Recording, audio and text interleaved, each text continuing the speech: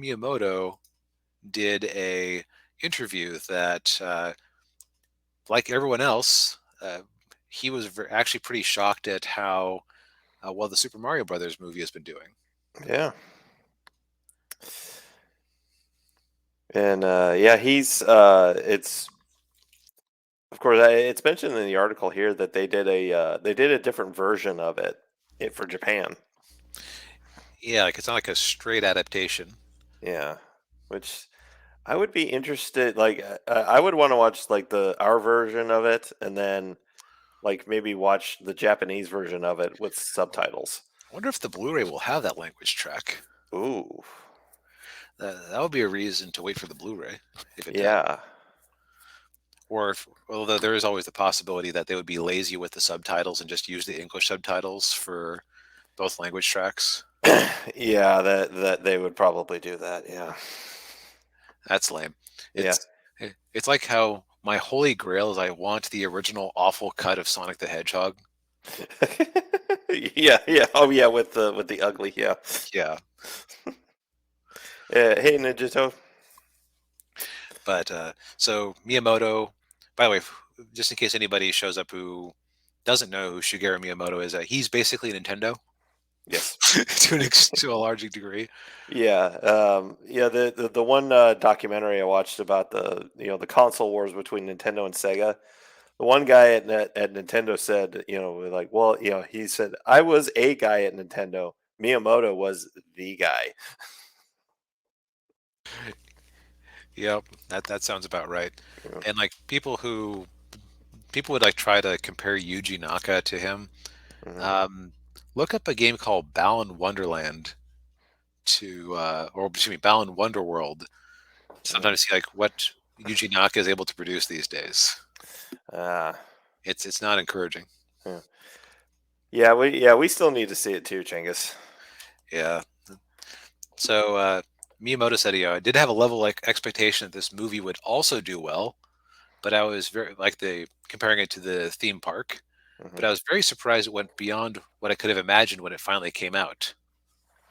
You need some luck to achieve this level of success for a film. While many foreign critics have given the movie relatively low ratings, I think that also contributed to the movie's notoriety and buzz. Yeah, I mean, I wonder. I would love to know like what percentage of people at this point view critic reviews as like a opposing indicator, opposite indicator. Like, Yeah, I would say quite a lot of people, quite a few people do that. Yeah. right? That would be an interesting survey to run. Would be like, when it comes to movies, movie reviews, do you care more about the audience score, or the critics score? To what extent does the critics score influence you to watch a movie, and so on? Yeah. Now, the one thing that came up in here that kind of surprised me was that I've often accused Miyamoto of being anti-story. Yeah, Changus is, or sorry, Ninjato is in that camp too. Yeah, I mean, he is the guy who's kind of confused about why people would want Star Fox Zero for the Wii U to be a continuation of the original Star Fox games rather than a remake. Yeah. But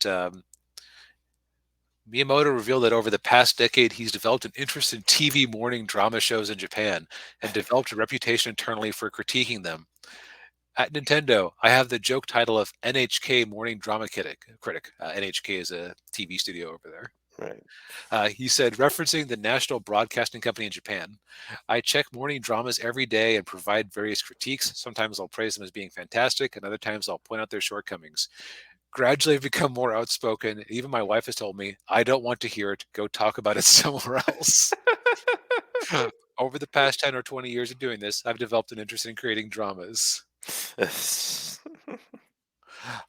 I find that morning dramas often have lively dialogue. Directors who emphasize ad libs tend to create more engaging content overall. When a director or cinematographer is on set and says, okay, that's a wrap, I often think, I can't believe they approved this line.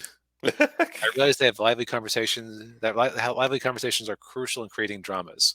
So that might be like where we square the circle is that uh, he, d- he's a like if he's kind of more into improv, then Yeah. that isn't as dedicated as making proper story. Yeah.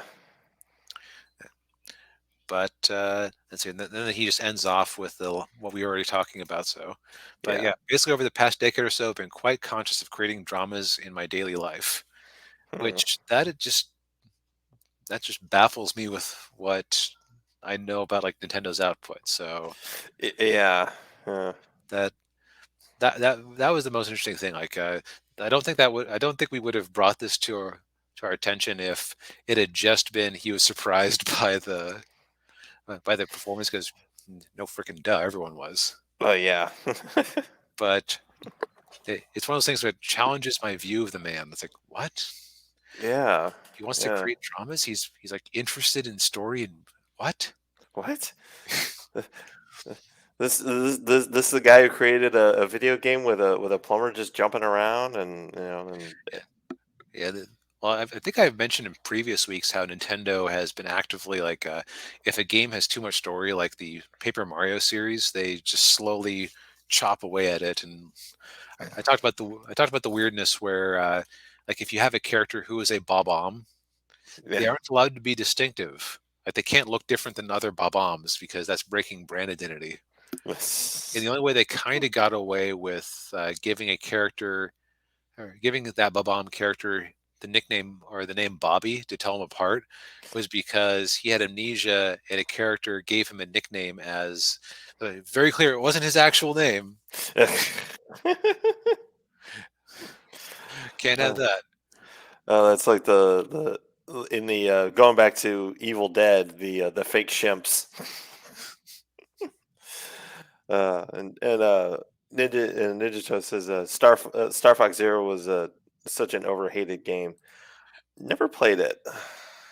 Well, I don't think a lot of people will because it's basically one that's so built around that Wii U controller, the Oh, touchpad controller, that it would be virtually impossible to port it to anything else meaningfully. oh, that's too bad. Yeah, Yeah. it's like up there with Devil's Third and which is an awful shooter game from everything I've heard. Oof. Uh, like those two are like some of the last Wii U games that haven't gone to Switch yet. Yeah. And Ninja said Miyamoto prefers gameplay over stories to such an extreme that he can't comprehend that certain franchises are story based or worth selling.